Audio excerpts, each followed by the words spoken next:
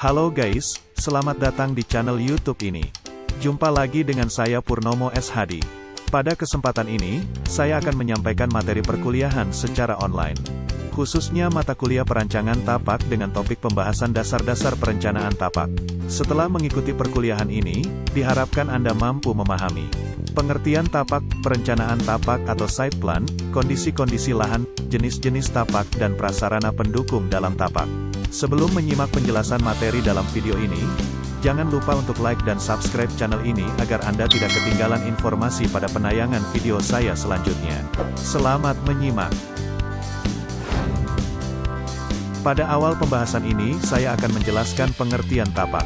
Tapak merupakan sebidang lahan atau sepetak tanah dengan batas-batas yang jelas.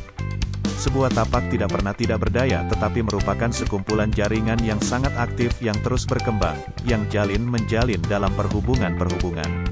Perencanaan tapak atau site plan adalah berkaitan dengan tahap proses perancangan landscape, dalam hal ini melibatkan beberapa bagian antara lain penataan guna lahan, akses, sirkulasi, privasi, keamanan, drainase dan lain-lain.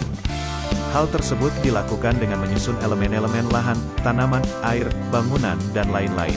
Perencanaan tapak dapat juga diartikan adalah analisis fisik dan non-fisik kota untuk membuat desain rencana tapak dalam kawasan fungsional tertentu maupun skala kota. Pengertian tapak juga diungkapkan oleh beberapa pakar, antara lain. Menurut Felicity Brogden, tapak adalah seni menata lingkungan buatan manusia dan lingkungan alamiah, guna menunjang kegiatan manusia. Pengkajian perencanaan tapak atau site planning sering tersusun dalam dua komponen yang berhubungan, yaitu faktor lingkungan alam dan faktor lingkungan buatan manusia. Sedangkan menurut Rustam Hakim, perancangan tapak atau landscape site planning, di dalamnya juga tercakup landscape design, merupakan usaha penanganan tapak atau site secara optimal melalui proses keterpaduan penganalisaan dari suatu tapak dan kebutuhan program penggunaan tapak, menjadi suatu sintesa yang kreatif. Selanjutnya kita akan membahas kondisi lahan.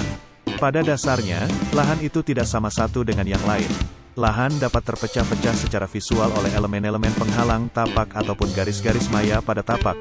Untuk mengetahui kondisi bentuk lahan dapat dilakukan dengan cara yaitu: pertama, survei lahan.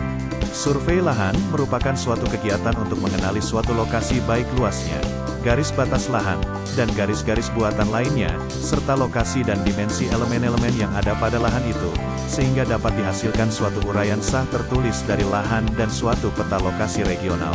Kedua, survei topografi. Survei topografi digunakan untuk mengenali ketinggian lahan dan struktur-struktur yang ada pada tapak dengan derajat kecermatan yang terlibat tergantung pada skala tapak dan ruang lingkup proyek. Berikutnya kita akan membahas jenis-jenis tapak. Jika dilihat dari topografi, ada dua jenis tapak, yaitu: yang pertama, tapak atau site yang miring.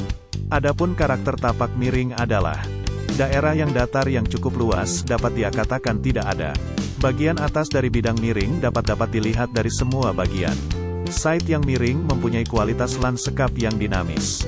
Site yang miring cocok untuk bentuk-bentuk yang dinamis. Bidang miring memungkinkan adanya permainan air. Air tanah yang turun dari atas harus dihindarkan dengan membelokkan. Site yang miring memberikan view yang menarik, namun, site yang miring dapat menimbulkan persoalan drainase. 2. Site yang datar. Site yang datar lebih bebas terhadap batasan-batasan perencanaan yang mengikat. Site yang datar tidak memiliki focal point. Site yang datar relatif hanya memiliki daya tarik lanskap yang tidak begitu istimewa. Garis approach tidak dipengaruhi topografi. Elemen yang paling menarik yang ditempatkan di site ini akan menguasai landscape. Matahari adalah faktor perencanaan yang kuat. Site kurang memiliki privasi. Karakter site dibentuk oleh elemen-elemen yang ditempatkan ke dalam site. Site yang datar memiliki kualitas landscape yang netral. Selanjutnya kita akan melihat prasarana pendukung dalam tapak. Prasarana yang pertama, transportasi. Dalam perancangan suatu tapak, diperlukan adanya perencanaan jalur transportasi yang dapat mendukung kegiatan di dalam tapak tersebut. Prasarana yang kedua, drainase. Pada sistem drainase terdapat dua jenis, yaitu drainase bawah permukaan dan drainase permukaan. Adapun tipe-tipe saluran drainase antara lain: pertama, drainase alamiah. Drainase alamiah digunakan pada daerah yang tidak membutuhkan drainase sepenuhnya. Kedua, drainase duri ikan. Drainase duri ikan digunakan untuk lahan yang cekung dengan lereng di kedua sisinya. Ketiga, drainase grid. Drainase grid digunakan apabila pipa-pipa cabang masuk ke dalam pipa induk. Keempat, interseptor drainase. Interseptor drainase digunakan di dekat tepi atas daerah basah untuk menghadang air yang datang dari daerah di atasnya. Berikutnya prasarana ketiga yaitu, bangunan di sekitar tapak. Merupakan bangunan sekitar yang mendukung aktivitas dalam tapak, contohnya sekolah, rumah sakit, tempat ibadah, tempat rekreasi, tempat olahraga, dan lain-lain. Prasarana keempat, yaitu listrik. Hal-hal yang perlu diperhatikan dalam meletakkan jaringan listrik antara lain, di atas atau di bawah tanah, tegangan listrik yang ada dan kecepatan pemakaian. Prasarana yang kelima atau yang terakhir yaitu air bersih.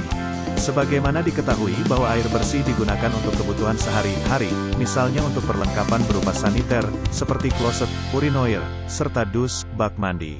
Jaringan lain itu juga digunakan untuk perlengkapan bangunan, antara lain seperti pengaman kebakaran, tangki atau tandon air dan lain-lain.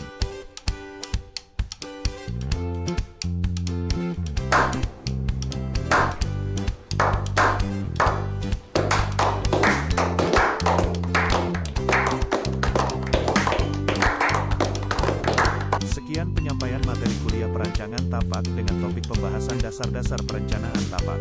Terima kasih telah menyimak sampai selesai. Semoga bermanfaat. Apabila ada hal-hal yang kurang dipahami, silakan mengajukan pertanyaan pada kolom komentar di bawah ini. Sampai jumpa pada video-video saya selanjutnya. Jangan lupa untuk like dan subscribe channel ini. Salam sehat, God bless you all.